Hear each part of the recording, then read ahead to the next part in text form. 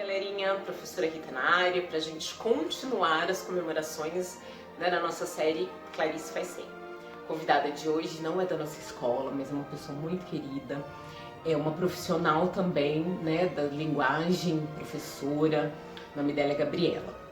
A gente se conheceu, né, foi um presente, eu falo que ela é um presente da literatura. A gente se conheceu fazendo uma disciplina de mestrado na Unesp e a gente tá aí juntas. E eu a convidei e ela prontamente aceitou o nosso convite. Ela traz uma crônica para vocês. Espero que vocês gostem. Fiquem com a Gabi. Beijo carinhoso, abraço saudoso. Até a próxima. Olá, meu nome é Gabriela. Eu sou professora em Lucélia, no interior de São Paulo. E tô aqui a convite da Rita para ler um pouquinho de Clarice para vocês. Primeiro eu queria agradecer, né? Responsabilidade ler Clarice, ainda mais, né? Nesse projeto lindo que a Rita tá desenvolvendo.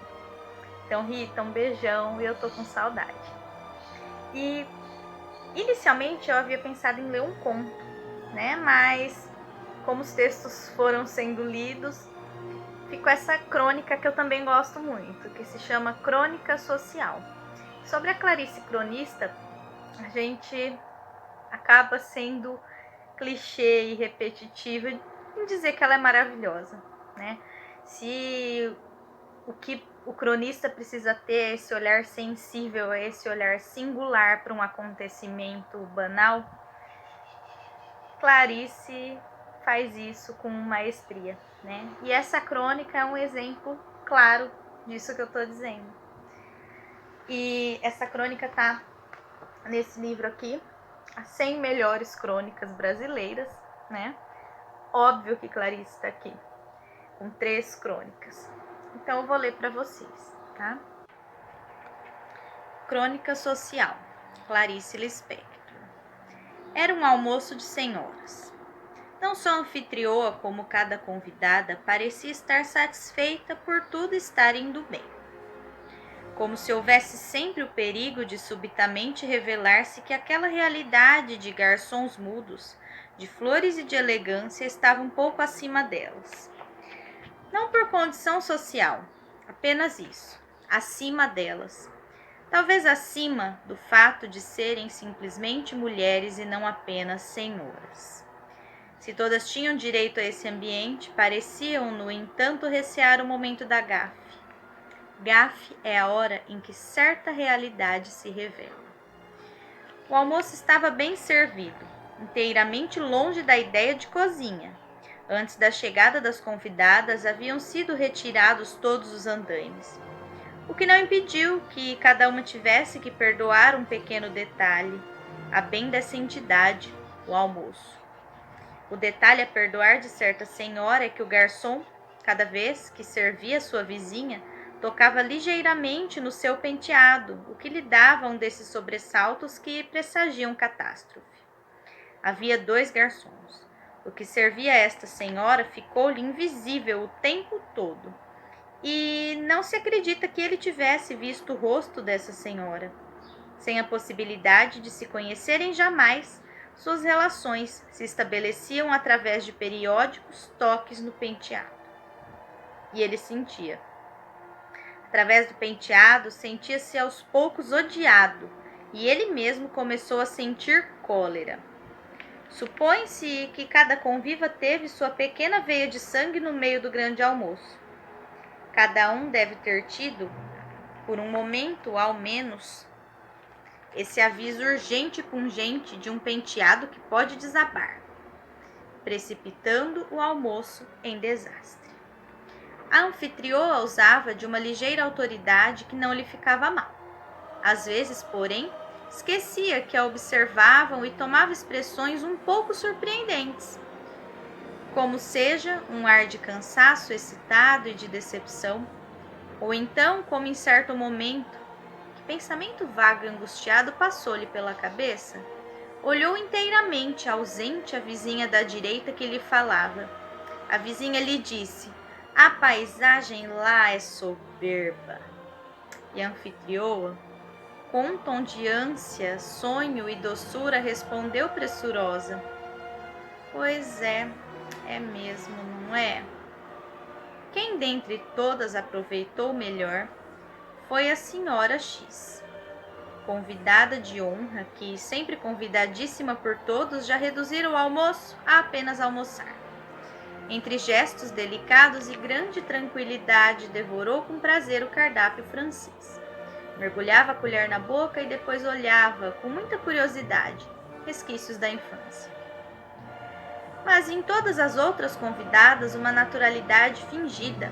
Quem sabe, se fingissem menos naturalidade, ficassem mais naturais. Ninguém ousaria. Cada uma tinha um pouco de medo de si própria, como se achasse capaz das maiores grosserias mal se abandonasse um pouco. Não, o compromisso fora o de tornar o almoço perfeito. E nem havia como se abandonar, a menos que fosse admitido o ocasional silêncio, o que seria impossível. Mal um assunto vinha por acaso e natural, era truculentamente que todos lhe caíam em cima, prolongando-o até as reticências. Como todas o exploravam no mesmo sentido, pois todas estavam a par das mesmas coisas, e como não ocorreria uma divergência de opinião, cada assunto era de novo uma possibilidade de silêncio.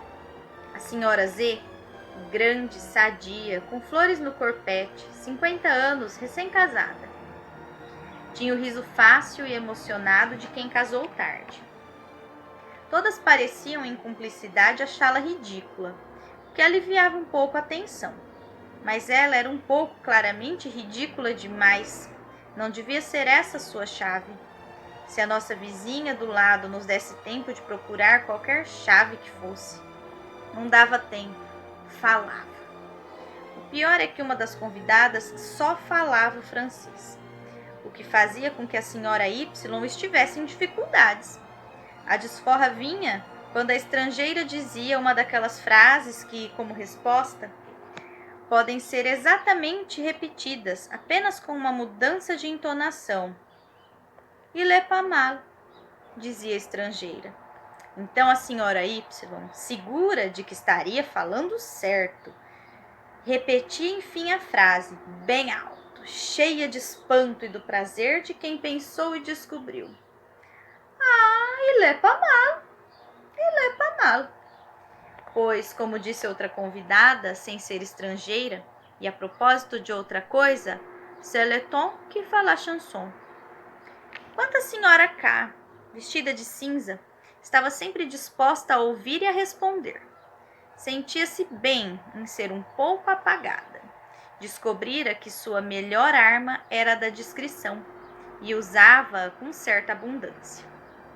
Desse modo de ser que arranjei, ninguém me tira, diziam seus olhos, sorridentes e maternais. Arranjara mesmo sinais para sua discrição, como a história dos espiões que usavam distintivos de espiões. Assim vestia-se claramente, com roupas chamadas discretas. Suas joias eram francamente discretas. Aliás, as discretas formam uma corporação. Elas se reconhecem a um olhar e, louvando uma outra, louvam-se ao mesmo tempo. A conversa começou sobre cachorros. Conversa final, na hora do licor. Não se sabe por que tendência ao círculo perfeito. Tratou de cachorros. A doce anfitrioa tinha um cão chamado José, o que nenhuma da corporação das discretas faria. O cachorro delas se chamaria Rex. E ainda assim, em algum momento discreto, elas diriam: foi meu filho quem deu o nome. Na corporação das discretas, usa-se muito falar dos filhos como de adoráveis tiranos das casas. Meu filho acha este meu vestido horrível.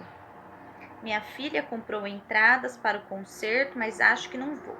Ela vai com o pai. De um modo geral, uma dama pertencente à corporação das discretas é convidada por causa de seu marido, homem de altos negócios, ou de seu falecido pai, provavelmente jurista de nome. Levantam-se da mesa.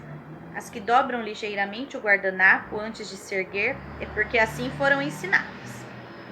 As que o deixam negligentemente largado têm uma teoria sobre deixar guardanapo negligentemente largado. O café suaviza um pouco a copiosa e fina refeição, mas o licor mistura-se aos vinhos anteriores, dando uma vaguidão arfante às convidadas. Quem fuma, fuma. Quem não fuma, não fuma. Todas fumam. A anfitrioa sorri, cansada. Todas, enfim, se despedem, com o resto da tarde estragada. Umas voltam para casa com a tarde partida. Outras aproveitam o fato de já estarem vestidas para fazer alguma visita. Só Deus sabe se não de pêsames. Terra é terra. Come-se, morre-se. De um modo geral, o almoço foi perfeito. Será preciso retribuir em breve. Não. Eu ia parar o vídeo, parei até, né? No finzinho da crônica. Mas eu fiquei rindo porque como Clarice é atemporal, né? E como ela é sabida. Porque eu super me senti a senhora Y lendo, né? Fingindo costume com as frases em francês. Porque eu não sei nada de francês e precisei dar uma pesquisadinha e não sei como é que ficou, não. Então, que engraçado, né? Que é essa identificação que a gente faz com as personagens, né? E Clarice é fantástica também por isso. Porque as personagens dela dizem tanto da gente, né? Então, é isso. Eu tô aqui, a senhora Y todinha. E um grande abraço para vocês. E obrigada, Rita. Foi uma delícia ler essa crônica. Beijão.